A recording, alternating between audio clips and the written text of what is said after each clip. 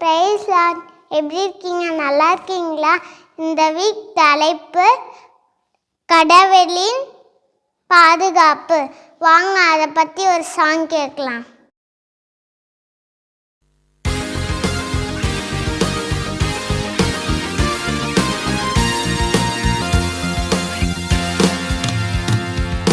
நோவாவின் காலத்தில் வெள்ளம் வந்தது, பேழையை செய்ததோ நல்ல தச்சனே. அந்த நேரத்தில் இடமில்லையே, அருகில் இருந்தும் பயனில்லையே. நோவாவின் காலத்தில் வெள்ளம் வந்தது, பேழையை செய்ததோ நல்ல தச்சனே. அந்த நேரத்தில் இடமில்லையே, அருகில் இருந்தும் பயனில்லையே. யோசித்து பாரந்த நேரம், யோசித்து பாரந்த நிலைமை, வேலையை செய்தோர்க்கே இடமில்லையே. ஐயோ,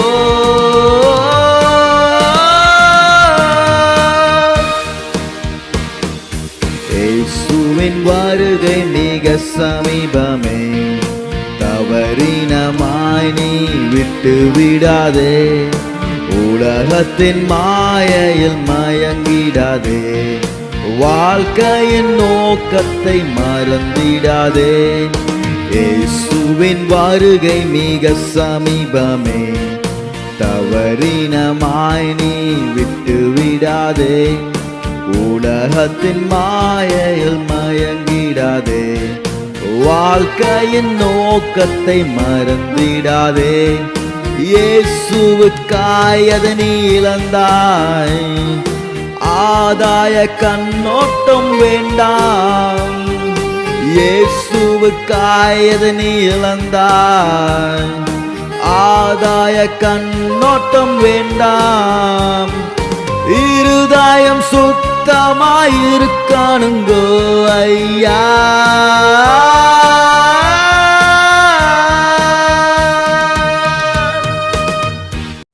பாட்டு பிடிச்சிருந்துச்சா ஃப்ரெண்ட்ஸ்? அடுத்து நாம ஸ்டோரி கேட்க போகிறோம். வாங்க. ஹாய் குட்டீஸ், பிரைஸ் தி லார்ட். எல்லாம் எப்படி இருக்கிறீங்க? நல்லா இருக்கீங்களா? Very good. கடந்த வாரத்தில் நம்ம எதை தியானித்தோம்? என்ன தலைப்பு? நம்மை படைத்த தேவன் எதுக்காக அவர் கவலைப்பட்டார், அவர் ஏன் கவலைப்பட்டாருன்னு சொல்லிட்டு நம்ம பார்த்தோம். அப்படிதானே? எல்லா ஜனங்களும் ரொம்ப இதாக ஆண்டவருக்கு பிரியமில்லாத காரியங்களாக இருந்தாங்க, செய்தாங்க.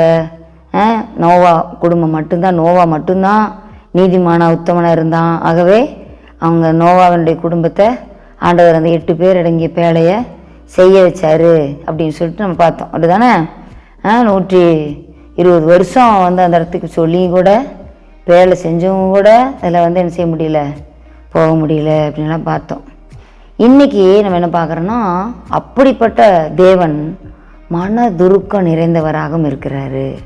பார்த்தீங்களா? அழிப்பேன்னு சொல்லி எல்லாத்தையும் அழிக்கலாம் அப்படின்னு இருந்தாலும் ஆண்டவர் என்ன செஞ்சாருன்னா, ஆதியில் ஏதேன் தோட்டத்தை உருவாக்கும்போது எல்லா விலங்குகளும், எல்லா தாவரங்களும், எல்லா பறவை இனங்களும் எல்லாம் ஆணும் பெண்ணுமாக ஜோடி ஜோடியாக ஆண்டவர் உருவாக்கினார் அப்படின்னு பார்த்தோம்.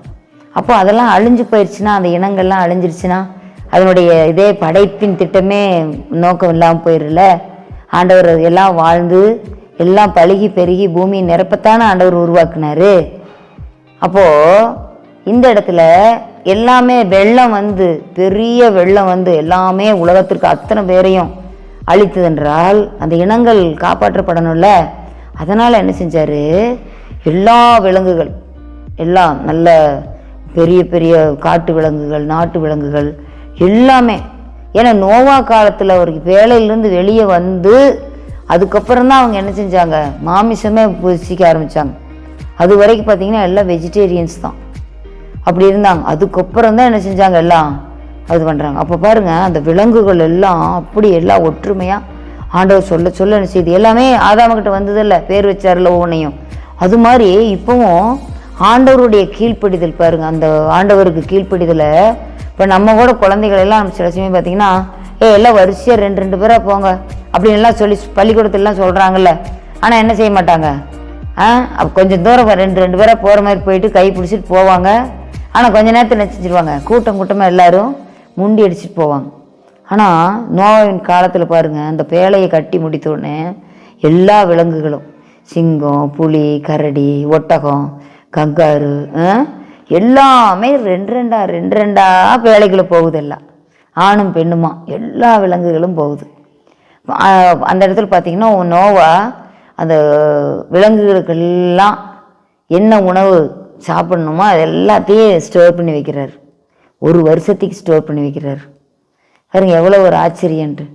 அத்தனையும் ஸ்டோர் பண்ணி வைக்கிறார், எல்லாத்தையும் சேர்த்து வைக்கிறார். அப்போ பாருங்கள் ஆண்டவர் எவ்வளோ நாலேஜ் அவங்க தந்திருக்காங்க. அந்த பண்டசாலையே பெருசாக இருந்திருக்கும். இப்போ கூட பார்த்தீங்கன்னா கப்பல் துறைமுகத்திலாம் நீங்கள் போய் பார்த்தீங்கன்னா கப்பலுக்கு அடியில் கிட்டத்தட்ட லட்சக்கணக்கான உணவு மூட்டைகள் வந்து இறங்குது. இங்கிருந்து ஏற்றுமதியும் பண்ணுறாங்க. நம்ம இந்தியாவிலிருந்து வேறு நாடுகளுக்கு போகுது, மற்ற நாடுகள்லேருந்து நம்ம நாட்டுக்கு எல்லாம் கச்சா எண்ணெய், கோதுமை, அரிசி இதெல்லாம் வந்து இறங்குது. கப்பலில் தான் எல்லாத்தையும் அவ்வளோ அதிகமான குட்ஸை கப்பலில் தான் கொண்டாட முடியும். அப்போ பாருங்கள் அந்த இடத்துல நோவா காலத்துலையும் அதே மாதிரி தான் அவர் அத்தனை விலங்குகளுக்கும் ஏற்ற உணவை சேர்த்து வச்சுருந்தார். அப்போ எல்லாம் பாருங்கள் எவ்வளோ அழகான தேவன் எப்படி பராமரிக்கிறாரு. விலங்குகள் பட்னியாக இருந்துடக்கூடாது, அதுகளுக்கு ஏற்ற உணவு வேணும் அப்படி சொல்லிட்டு எல்லாம் சேர்த்து வைக்கிறாங்க. அப்புறம் அதே போல் அந்த 40 நாள் பயங்கரமாக மழை பெய்யுது. பூமியின் ஊற்றுக்கண்ணெலாம் திறந்துருச்சு, வானத்தின் மதகுகளும் திறந்துருச்சு, எல்லாம் கொட்டுது, மேலேருந்தும் தண்ணி கொட்டுது, பூமியின் ஆழத்திலிருந்து தண்ணி என்ன செய்யுது பொத்துக்கிட்டு மேலே வருது.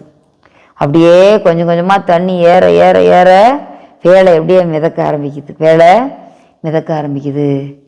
நம்மளுடைய வாழ்க்கையிலும் கூட அப்படி தான் தம்பி தங்கச்சி. நம்ம ஒரு வேளை நம்ம ஆண்டவரை அவருக்குள்ளே நம்ம பேழையாகி சபைக்குள்ளே நம்ம வீட்டுக்குள்ளாக நம்ம இருக்கிறோம். ஒரு நாள் இந்த உலகத்தில் நம்ம படுற எல்லா விதமான பிரயாசங்கள் அதெல்லாம் பார்க்கனா நம்ம என்னமோ அப்படியே எல்லா ஜனங்களுக்கும் இருக்கிற கஷ்டம்தான் நமக்கு அப்படின்னு நினச்சிட்ருக்கலாம்.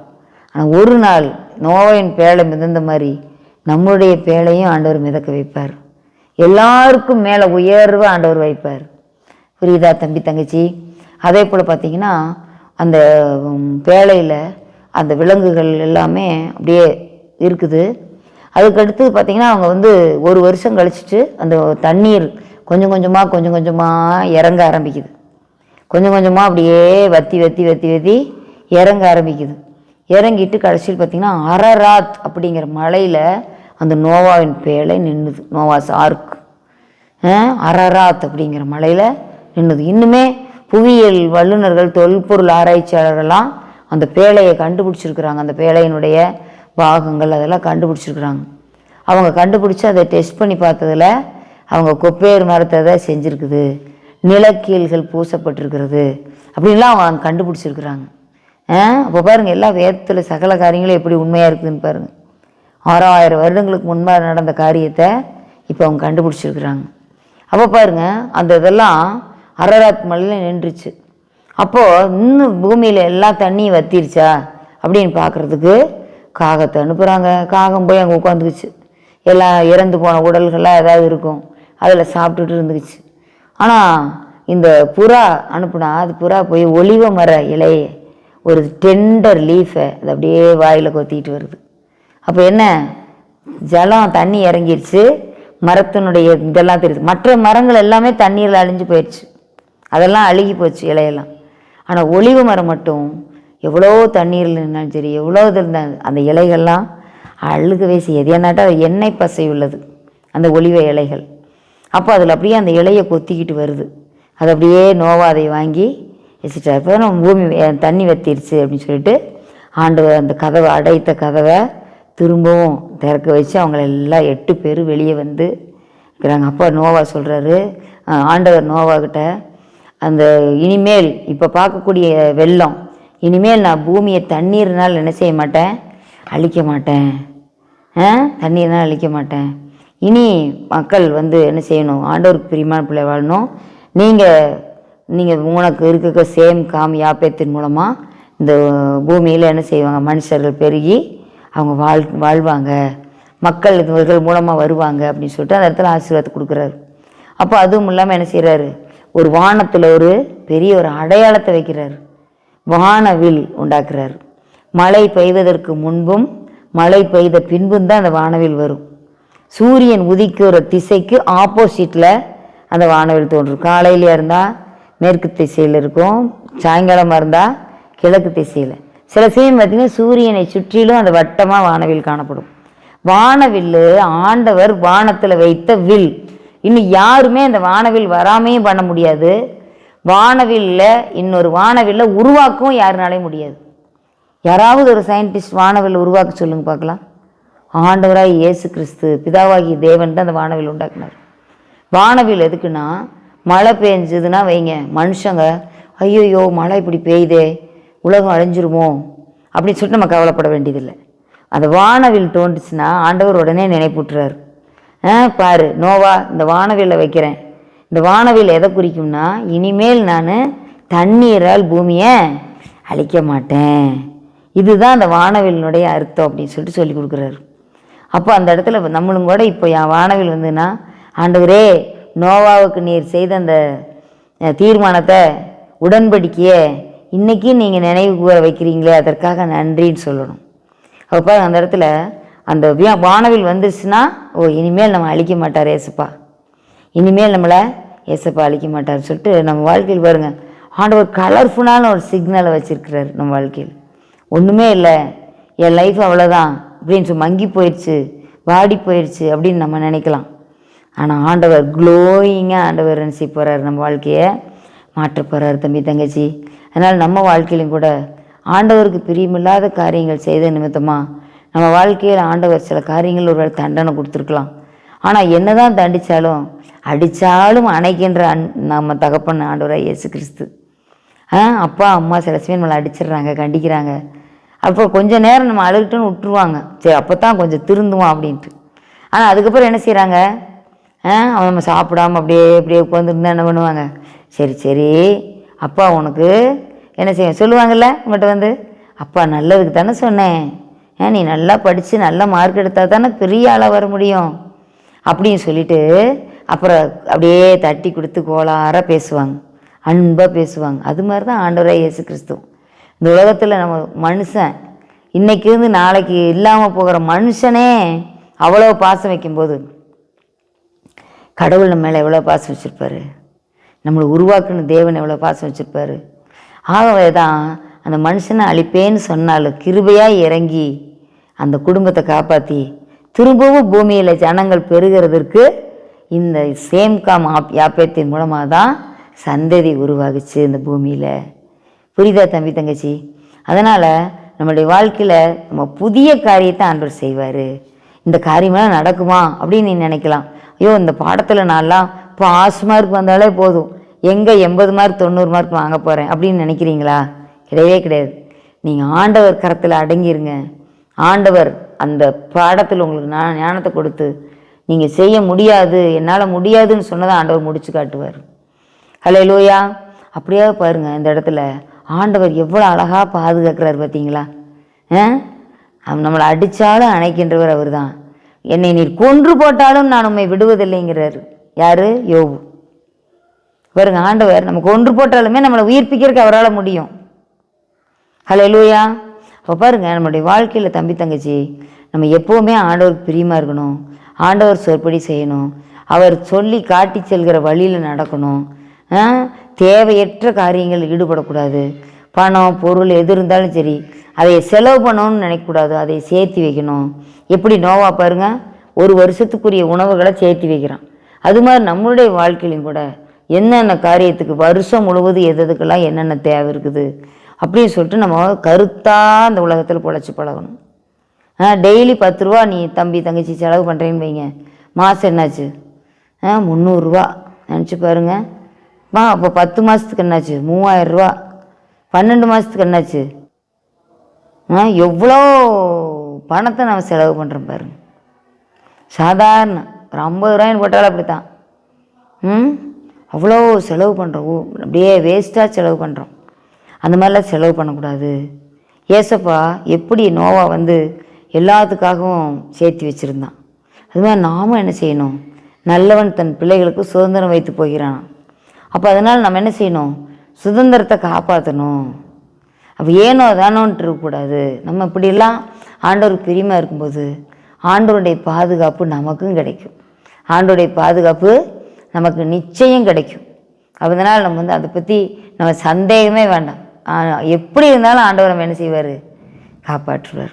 புரியுதுங்களா? எந்த நிலைமையில் நம்ம இருந்தாலும் நம்ம வெறுக்காதவர் நம்ம இயேசு மட்டும்தான். இப்போ பாருங்கள், அந்த அந்த மனுஷர்களை பாதுகாக்கிறதுக்கு அவர் என்னென்னலாம் முயற்சி எடுத்துருக்கிறார் பாருங்க. அப்படியும் கடைசி வரைக்கும் எச்சரிக்கிறார். ஒருத்தரும் எட்டி பார்க்குறோம் ஒருத்தர் இல்லை. ஆனால் ஒழுங்காக ஆண்டவர் பேச கேட்டு உடனே வந்திருந்தாங்கன்னு வைங்க, ஆண்டவர் என்ன செஞ்சிருவார்? கட்டாயம் காப்பாற்றிருப்பார்.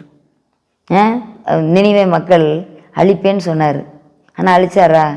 ராஜாவிலிருந்து சாதாரண மனுஷன் குடும்பம் வரைக்கும் எல்லா மிருக ஜீவன்கள் எல்லாம் சாப்பிடாமல் இருந்து ஆண்டவர் சமத்தில் முறையிடுது. ஆண்டவர் அந்த சத்தத்தை எல்லாம் கேட்டுன்னு செய்கிறாரு. அந்த ஜனங்கள் முழுவதும் நினிவே பட்டணத்தில் இருக்கிற அத்தனை பேரையும் ஆண்டவர் காப்பாற்றுறார். அழிப்பேன்னு சொன்னவர் அவர் அந்த நேரத்தில் ஆதரவை காட்டி வளர்த்துறார் அவங்களையெல்லாம். அது மாதிரி நம்மளுடைய வாழ்க்கையில் எந்த சூழ்நிலையாக இருந்தாலும் சரி, ஆண்டவருக்கு பிரியமாக மட்டும் நம்ம வாழ்ந்துடணும் தம்பி தங்கச்சி. அது மாதிரி நம்ம இருக்கணும். எந்த சூழ்நிலையாக இருந்தாலும் சரி, ஆண்டவருக்கு பிரியமாய் மட்டும் நம்ம வாழ்ந்து விட்டோன்னா அவர் கீழாக்காமல் மேலாக்குவார், வாழாக்காமல் தலையாக்குவார். நம்ம வாழ்க்கையில் எப்பவும் உயர்வு தான். அப்படி தான் ஆண்டவர் கொண்டு போவார். நம்ம வாழ்க்கையில் தாழ்வே கிடையாது. கர்த்தர் மேய்ப்பராக இருக்கிறார், நான் தாழ்ச்சி அடையேன். அந்த வசனத்தை டெய்லி அறிக்கையிடுங்க. அவன் என்னை நோக்கி கூப்பிடுவான், நானும் அவனுக்கு மருத்துவ அருளி செய்வேன். ஆபத்தில் நானே அவனோடு இருந்து அவனை கனப்படுத்துவேன். நீடித்த நாட்களால் அவனை திருப்தியாக்கி என் ரட்சிப்பை அவனுக்கு காண்பிப்பேன். இந்த வசனங்கள் எல்லாம் நம்ம ஞாபகத்தில் வச்சுருந்து அதையெல்லாம் நம்ம என்ன செய்யணும்? நம்ம கண்டிப்பாக நம்ம தேவன் நோவாவின் தேவன் நம் தேவன். இந்த நாளில் இந்த நாட்களில் நம்ம எப்பேற்பட்ட ஆண்டவருக்கு பிரியமில்லாத எத்தனை காரியம் செஞ்சிருந்தாலும் சரி, எசப்பா ஒரு விஷயம் என்னை மன்னிங்க. நோவாவையும் நோவா குடும்பத்தையும் பேழையில் காப்பாற்றுறது போல் எங்களையும் எங்கள் குடும்பத்தையும் எங்கள் சபையாரையும் என் நண்பர்கள் எல்லோரும் ஆண்டவர் காப்பாற்றணும் அப்படின்னு சொல்லிட்டு நம்ம ப்ரேயர் பண்ணணும். அப்படிலாம் நம்ம இருக்கும்போது மாத்திரமே ஆண்டவருடைய அன்பை, ஆண்டவருடைய மனதுருக்கத்தை, ஆண்டவருடைய பாதுகாப்பை நம்ம வாழ்க்கையில் அனுபவிக்க முடியும். ஜெபம் பண்ணலாமா? எங்களை மிகவும் நேசுவ நிறுத்துகிற அன்பின் பரலோக பிதாவே, நம்ம தந்திருக்கா சோத்திரம். இப்போது ஆண்டவரே, அருமையான பிள்ளைகளுக்கு ஆண்டவரே அப்பா சோதரிக்கிறோம் ஆண்டவரே. அப்பா நீர் ஆண்டவரே அருமையான ஒரு சத்தியத்தை ஆண்டவரே அப்பா கேட்க உதவி செய்தீர் ஆண்டவரே. அப்பா துதிக்கிறோம். பிள்ளைகளுடைய வாழ்க்கையில் நெடுகவே நீர் கூட இருந்து அவர்களை பாதுகாத்து நடத்த வேண்டுமாய் கெஞ்சுக்கிறோம் ஆண்டவரே. அவர் நீ செய்கிறதற்கு அவங்களுக்கு ஸ்தோத்திரம் ஆண்டவரே. எல்லா சூழ்நிலையும் நீர் செய்த நன்மைகளெல்லாம் மறவாமல் உமக்கு மாத்திரம் சாட்சியாய் பிள்ளைகள் வாழ்ந்து விடணும் ஆண்டவரே. அப்படிப்பட்ட கிருபைகளை இந்த நாட்களில் செய்து நீர் ஆசீர்வதிக்கிறதுக்காக உமக்கு நன்றிகள் ஸ்தோத்திரத்தை எடுக்கிறோம். நீரை பொறுப்படுத்திக் கொள்ளும், ஆசீர்வதியும். இயேசு கிறிஸ்துவின் மூலம் ஜெபங்களும் ஜீவனுடன் நல்ல பிதாவே, ஆமென். Praise the Lord. இப்போ நம்ம மனன வசனம் கற்றுக்க போகிறோம், வாங்க கற்றுக்கலாம். ஹாய் குட்டீஸ், பிரைஸ் தி லார்ட். இன்றைக்கி ஒரு வசனம் கற்றுக்கலாமா? தமக்கு பயந்து தமது கிருபைக்கு காத்திருக்கிறவர்களின் ஆத்துமாக்களை மரணத்திற்கு விலக்கி விடுவிக்கவும், பஞ்சத்தில் அவர்களை உயிரோடே காக்கவும் கர்த்தருடைய கண் அவர்கள் மேல் நோக்கமாயிருக்கிறது. சங்கீதம் 33:18-19. இன்னொரு தடவை சொல்லலாமா? தமக்கு பயந்து தமது கிருபைக்கு காத்திருக்கிறவர்களின் ஆத்துமாக்களை மரணத்திற்கு விலக்கி விடுவிக்கவும், பஞ்சத்தில் அவர்களை உயிரோடே காக்கவும் கர்த்தருடைய கண் அவர்கள் மேல் நோக்கமாயிருக்கிறது. சங்கீதம் 33:18-19. இந்த வசனத்தில் உங்களுக்கு என்ன புரியுது? ஏசப்பாவுக்கு நம்ம பயந்து இருக்கணும். ஃபஸ்ட்டு ஏசப்பாவுடைய சமூகத்தில் பொறுமையாக காத்திருக்கணும். அப்போ நம்ம இறந்து போகிற நிலைமை வந்தால் கூட ஏசப்பா நம்மளை காப்பாற்றுவார். நம்ம வந்து சாப்பாடு இல்லாமல் இருக்கும்போதும் கூட ஏசப்பா வந்து நமக்கு உணவு தருவார். ஏசப்பாவுடைய கண்கள், அவர் வந்து எப்பயுமே நம்மளை பார்த்துக்கிட்டே இருப்பார். நன்மையை செய், தீமையை செய்யாத அப்படின்னு சொல்லி நம்மளை நல்ல வழின்னு நடத்துவாராம். அதுதான் இந்த வசனத்தோட விளக்கம். இப்போ இந்த வசனத்தையும் ஆக்ஷனோட கற்றுக்கலாமா? இப்போ வந்து ஒரு அக்கா வந்து ஆக்ஷன் சொல்லி தருவாங்க. அக்கா வாங்கக்கா. தமக்கு பயந்து தமது கிருபைக்கு காத்திருக்கிறவர்களின் ஆத்துமாக்களை மரணத்திற்கு விலக்கி விடுவிக்கவும், பஞ்சத்தில் அவர்களை உயிரோடே காக்கவும் கர்த்தருடைய கண் அவர்கள் மேல் நோக்கமாயிருக்கிறது. இன்னொரு தடவை சொல்லலாமா?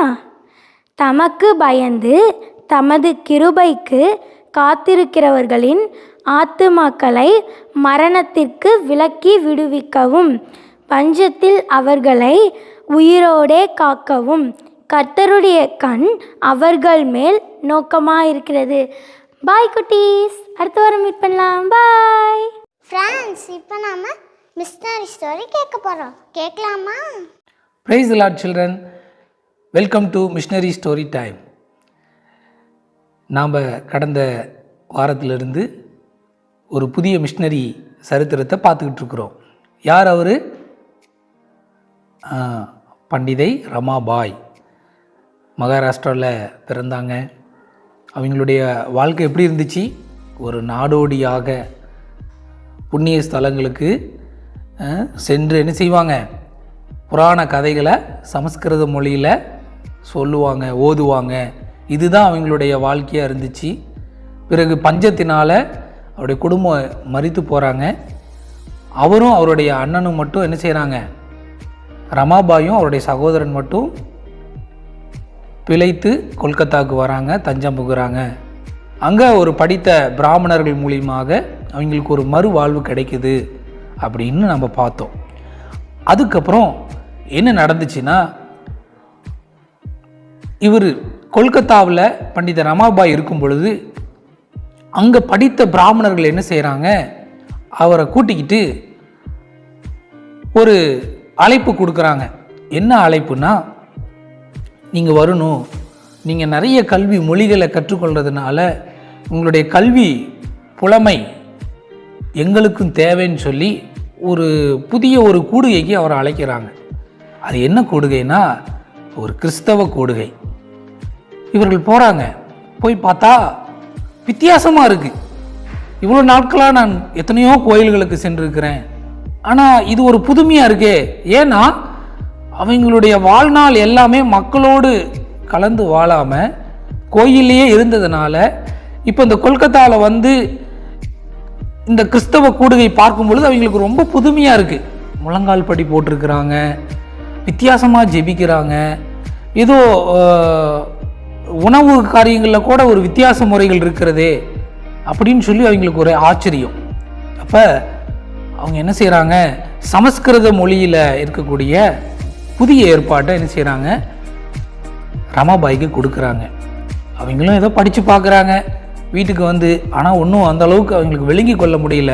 ஆனால் இதனுடைய கலாச்சாரங்களை, இதனுடைய விஷயங்களை கற்றுக்கொள்ளணுங்கிற ஒரு புதுமையாக இருக்குங்கிற ஒரு ஆர்வத்தோடு என்ன செய்கிறாங்க? அவங்க போகிறாங்க. இப்படி அவங்க வாழ்க்கை நகர்ந்தும் பொழுது 1880 அவருடைய 22வது வயதில் அவங்களுக்கு திருமணம் ஆகுது. அவருடைய கணவர் பெயர் பிபின் பெஹாரிதாஸ். அவர் தான் அவருடைய கணவர். அவரும் ஒரு வழக்கறிஞர், அவரும் ஒரு பிராமண குடும்பத்தை சேர்ந்தவர். வாழ்க்கை நல்லா இருக்குது, சந்தோஷமாக போயிட்டுருக்குது. ஆனால் அந்த கிறிஸ்தவ கூடுகைக்கு போகிறாங்க இல்லையா, அடிக்கடி அந்த தொடர்பு கிடைக்கும் பொழுது கணவரால் சகிக்க முடியல. நீ அங்கே போகக்கூடாது அப்படிங்கிற ஒரு கண்டிப்பு ஏற்படுகிறது. ஆனாலும் இவர்களுடைய நோக்கம் என்ன? பெண்களுக்கு ஏதாவது செய்யணும், தான் பெற்றுக்கொண்ட கல்வியை மற்றவங்களுக்கு கொடுக்கணும். இதுதான் அவங்களுடைய ஆர்வமாக இருந்துச்சு. ஆனால் ஒரு குறை இருந்தது. என்னன்னா, பெண்கள் என்ன செய்கிறாங்க? என்னதான் கல்வியை கற்றாலும் அவங்களுடைய நிலைமை எப்படி இருக்கிறது? இன்னும் அடித்தட்ட நிலைமையிலே தான் இருக்கிறது. அவங்களுடைய கல்வி உயர மாட்டேங்குது, அவங்களுடைய வாழ்க்கை உயரவே மாட்டேங்குது என்கிற ஒரு மன உளைச்சல் அவங்களுக்குள்ள, ரமாபாய்க்குள்ளே இருந்தது. அதனால் ஒரு யோசனையாகவே இருந்தாங்க. பிறகு இப்படி நாட்கள் செல்ல செல்ல 1880 திருமணம் ஆச்சுன்னு சொன்னேன் இல்லையா, 2 ஆண்டுகளுக்குள்ளாகவே காலரா நோயினால் அவருடைய கணவர் மரித்து போகிறாங்க. இப்போ பண்டித ரமாபாயும் ஒரு இளம் வயதிலேயே விதவியாக மாறிடுறாங்க. ஆனாலும் அவங்க சோர்ந்து போகலை. தன்னை போல விதவியாக இருக்கக்கூடிய இளம் பெண்களுக்கு என்ன செய்கிறாங்க, கல்வியை கற்றுக் கொடுக்குறாங்க. இதுக்கப்புறம் அவங்களுக்கு ஆதரவாக யாரும் இல்லை. அதனால் ஒரு குழந்தை இருந்துச்சு. அந்த குழந்தை பேர் மனோரமா. இவருக்கும் ஒரு குழந்தை இருந்தது, பண்டித ரமாபாய்க்கும். அப்போ இருவருமாக பெண்களுக்கு ஏதாவது செய்யணும்னு சொல்லி ஓடிக்கொண்டே இருக்கிறாங்க. அப்போ அடுத்து என்ன செய்யலான்னு ஒரு யோசனை வரும் பொழுது மருத்துவம் கற்றுக்கொள்ளணுங்கிற ஒரு ஆர்வம் பண்டித ரமாபாய்க்கு ஏற்படுகிறது. என்ன செய்யலாம், யாரா கேட்கலாம், அங்கே இருக்கக்கூடிய படித்த எத்தனையோ தலைவர்கள் இருக்கிறாங்களே, அவங்கள போய் கேட்கலான்னு சொல்லி கேட்கும் பொழுது, உங்களை இங்கிலாந்து தேசத்துக்கு அனுப்புகிறோம், நீங்கள் அங்கே போய் என்ன செய்யலாம், இந்த மருத்துவத்தை கற்றுக்கொள்ளலான்னு சொல்லி ஒரு உதவி செய்து என்ன செய்கிறாங்க, பண்டித ரமாபாயை அனுப்புகிறாங்க. 1882 என்ன செய்கிறாங்க, இங்கிலாந்து தேசத்துக்கு அவங்க போகிறாங்க.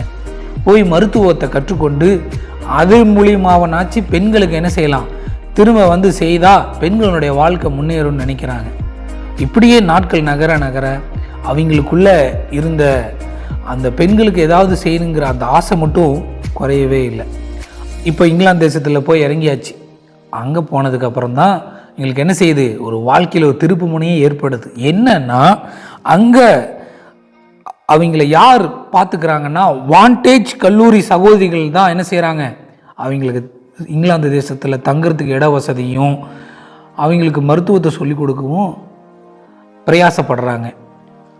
அப்புறம் செல்டன் ஹாம் பெண்கள் கல்லூரியின் முதல்வர் செல்வி பிஎல் இவர் மிகவும் மறக்க முடியாதவர்கள். ஏன்னா இவங்க தான் பிஎல் தான் என்ன செய்கிறாங்க, பண்டித ரமாபாய்க்கு உறுதுணையாக இருந்து உனக்கு என்ன செய்யணுமோ நாங்கள் கற்றுக் கொடுக்குறோன்னு சொல்லி சொல்கிறாங்க.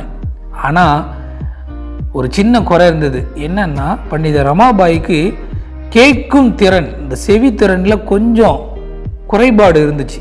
அதனால் முழுமையாக இவங்களால மருத்துவ கல்வியை என்ன செய்ய முடியல, படிக்க முடியல. ஆனாலும் அங்கு அவர்களுக்கு முழுமையான சுவிசேஷம் அறிவிக்கப்படுகிறது.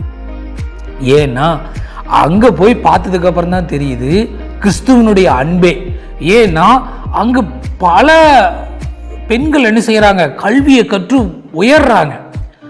இவன் நினைக்கிறாங்க, நான் என்னதான் கல்வியை கற்றுக் கொடுத்தேன் இந்தியாவில் மக்களுக்கு, பெண்களுக்கு, ஆனால் பெண்களுடைய வாழ்க்கை தரம் உயர மாட்டேங்குது. ஆனால் இங்கிலாந்து தேசத்தில் நான் வந்து பார்க்குறேன், பெண்களுக்கு கல்வி கற்றுக்கொண்டது மாத்திரம் இல்லை, அவங்களுடைய வாழ்க்கையும் உயர்ந்து இருக்கிறது. அவங்களும் வேலைகளுக்கு போகிறாங்க, சமுதாயத்தில் உயர் பதவியில் இருக்கிறாங்களேன்னு ஒரே ஆச்சரியம். அது எப்படின்னு கேட்கும் பொழுது தான் கிறிஸ்துவினுடைய அன்பை எடுத்து சொல்கிறாங்க. அவர் எதற்காக வந்தார் அப்படின்னு சொல்லி யோவான் சுவிசேஷம் 4ஆம் அதிகாரத்தை என்ன செய்கிறாங்க, விளக்கி சொல்கிறாங்க. என்ன தெரியுமா, யோவான் 4 என்ன நடந்துச்சு, ஒரு சமாரிய பெண்ணை என்ன செய்கிறாரு, இயேசு போய் சந்திக்கிறார்.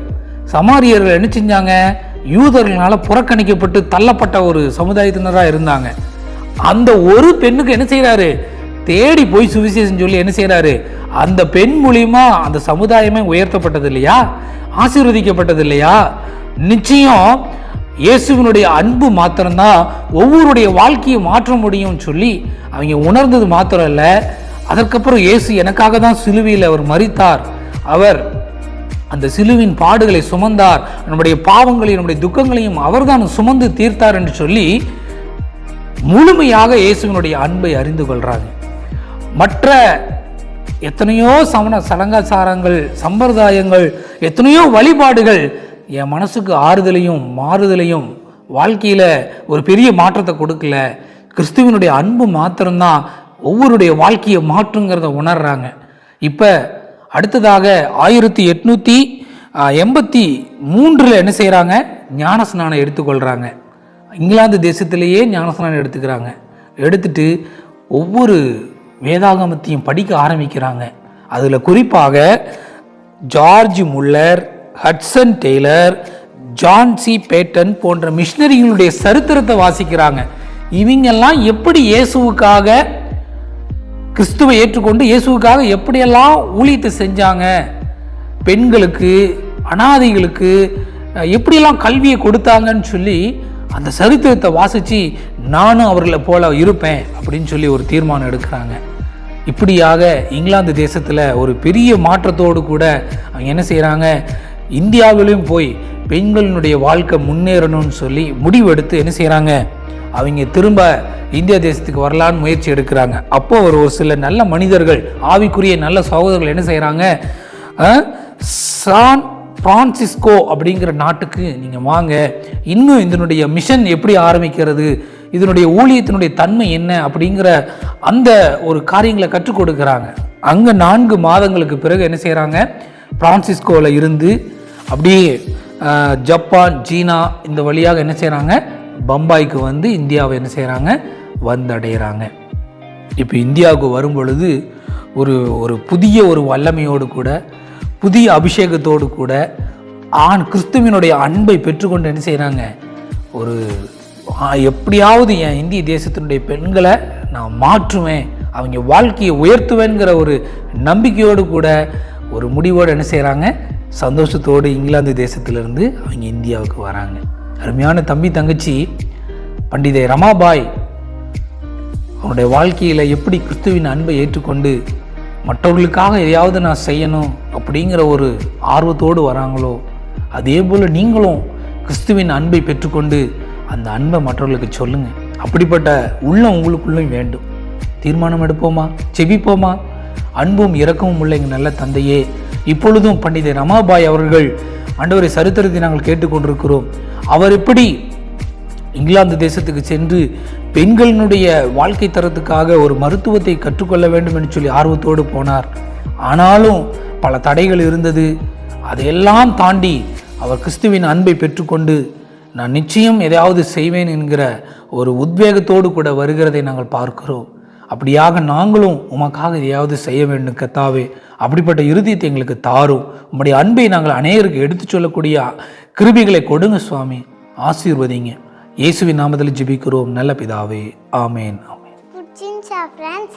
இனிமேல் நீங்களும் ஏசப்பாவுக்கு கீழ்ப்படிஞ்சிங்கன்னா அவர் உங்களை பாதுகாப்பார். ஓகே ஃப்ரெண்ட்ஸ், பாய் பாய்.